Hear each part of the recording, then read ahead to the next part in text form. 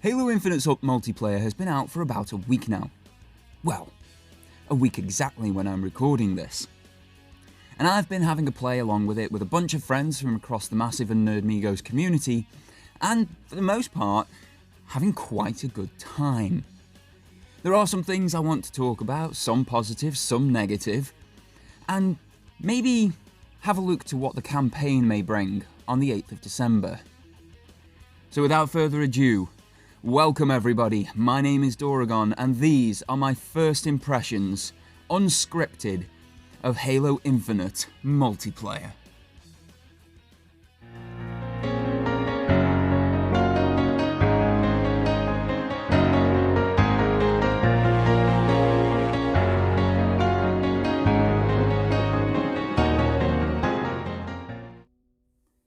My very first impressions of Infinite's multiplayer weren't positive.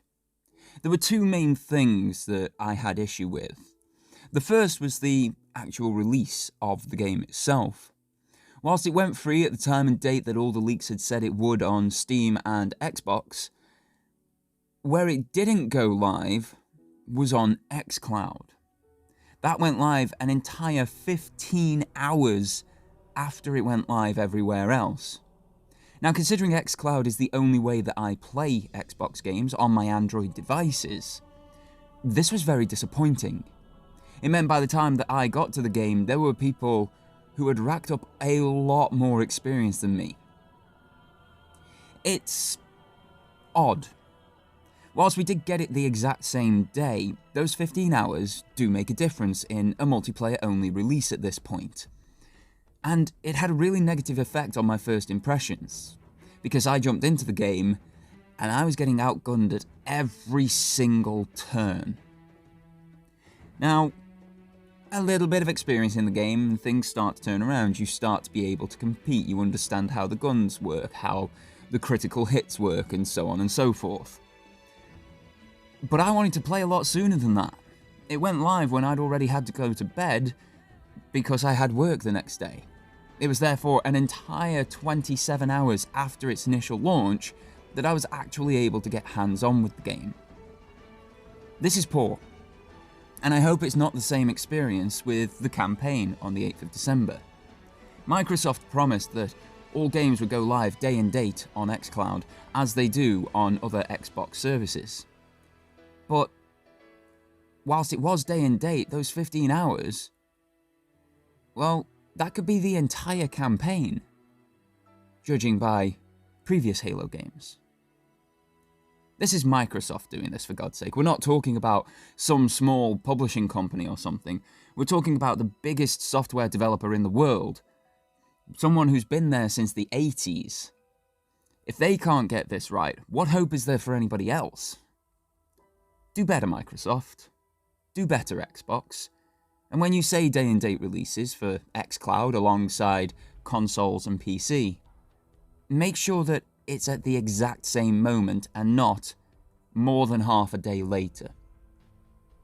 So that was one negative. The other negative I've also already touched on. The lack of an ability to compete after those 15 hours. But there's a little bit more to it than that. I played the multiplayer as a solo initially, and it wasn't fun. It didn't matter whether I was in big team battles or quick play. Haven't set foot in ranked because that is where the Halo 3 sweats are, who've been playing Halo 3 for the past, 15 years at this point? I am not at their level. I need that pool to grow somewhat before I set foot into ranked personally. But even in quick play, where SBMM is meant to be a little bit thinner, not as harsh, I wasn't having a good time. Guns didn't feel weighty, headshots didn't do anything. Controller could not compete with mouse and keyboard. I could not react.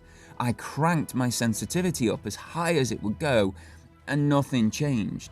I had a terrible experience in my first 4 hours of playing the Halo multiplayer. 4 hours is a long time for someone to commit to a game. 4 hours is when you should know whether or not something is definitely for you. The recent Pokemon Brilliant Diamond Shining Pearl release, I know after 4 hours, yeah, I'm enjoying this game. It's exactly what I played 15 years ago, mind, but it looks like I remember, if that makes sense to folks.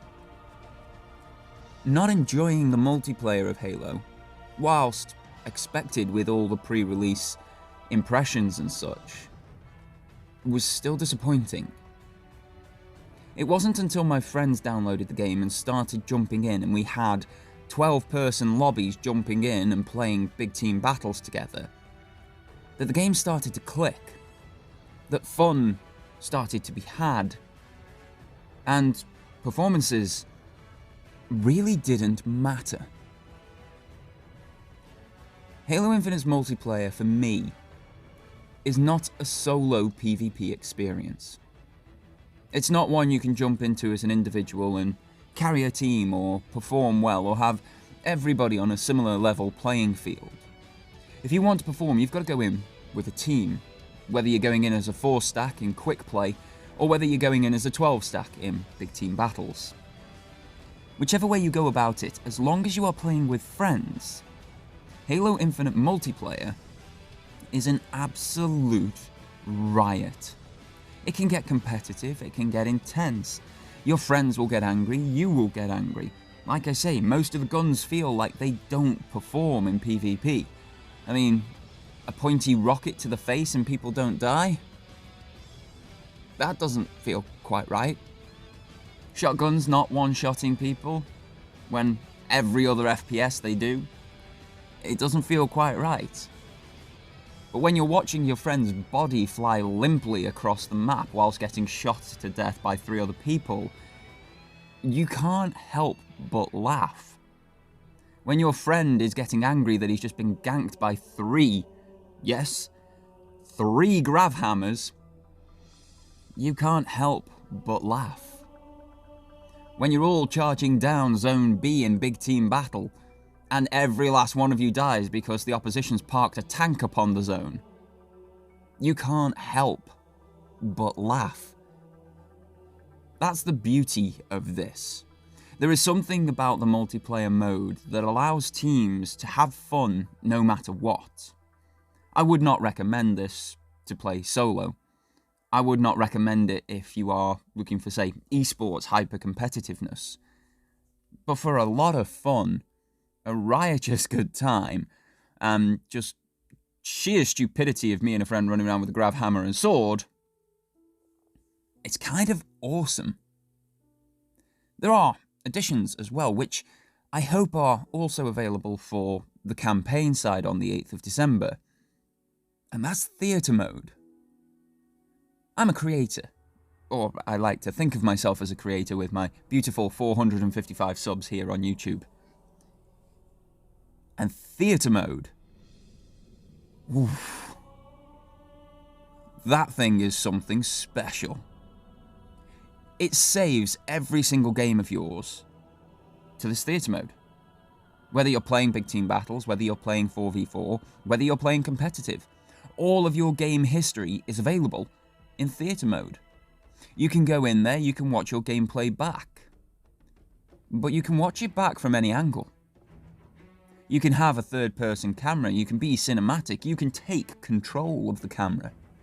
You can view your gameplay from the eye of your enemy and see how well you played. If you're creating montages or something like Red vs. Blue, which was fully created within the Halo games, this is exceptional. This is phenomenal.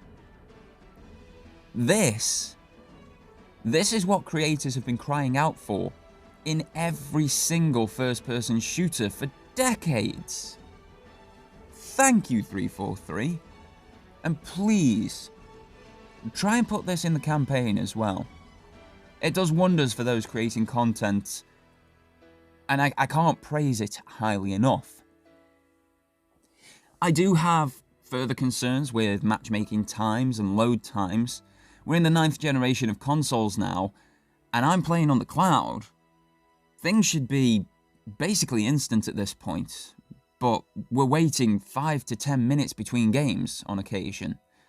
And regularly, it's more than 2 minutes between one match ending and starting to matchmake for the next. It's a server issue, it's an upgrading issue, and I hope they address it. Progression sucks, it's absolutely awful. You don't earn XP for any of your performance in matches, it's for completing challenges, and these challenges are so completely arbitrary that you might complete them, you might not. Doesn't make any difference. And it doesn't matter whether you win or lose with the adjustments they've made since launch to make sure that you're earning XP every game no matter what, because you just earn 50 XP regardless for taking part in the game. There's no bonus XP for performing better than you did in the previous game, and so on and so forth. So that needs to be addressed. The Battle Pass, it's there. I've managed to acquire 3 levels in it so far because of that progression, because that XP curve sucks. So when they say, oh yeah, these will be around forever, no matter what season, that's because they've got to be at this moment in time, because you are not earning XP in any way, shape or form. Like, the only way you're getting to like level 175 or something on this current Battle Pass is if you play every minute of every day and perform out of your mind, and you might hit it by, say, October 2022. Hopefully it gets addressed, hopefully that gets sorted.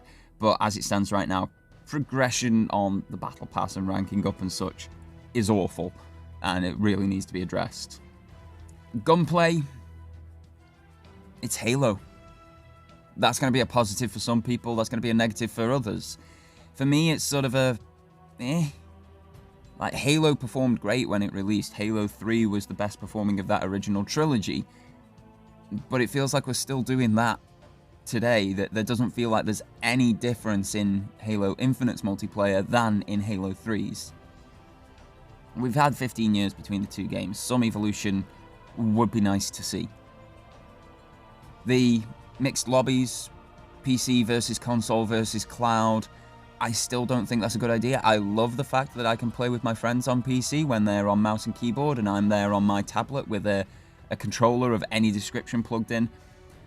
But I can't compete. Controller just can't compete against mouse and keyboard, even with the aggressive aim assist that controllers have in this particular game. You don't have the speed, you don't have the precision, you don't have the finesse, and recoil hits a controller so much harder than it hits PC. So, yeah, I'm not a fan of the lobbies there. It sounds like a lot of negatives, but the amount of fun that I've been having with friends, with the guys that I've been playing with from the Massive and Nerdmigos community, that can't be undersold. That's been amazing, and if I see any of the guys hopping on, I want to jump on and play with them and just have a good time. But there are factors that this game can't deny need to be updated, addressed, moved forward, improved upon, brought into the 9th generation, that sort of thing. But overall, it's a solid starting block. It's fun. It's fun when you play with other people.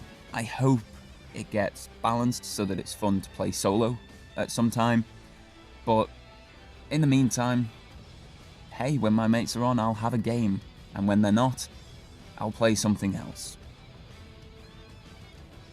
I would like to thank you all very much for tuning in.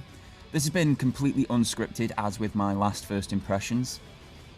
I just want to put some ideas out there on occasion, keep the content flowing. These are a bit easier to put out because I just talk at a microphone rather than script things for a week or two previous and then record it and edit everything together and end up here for a million years sort of thing.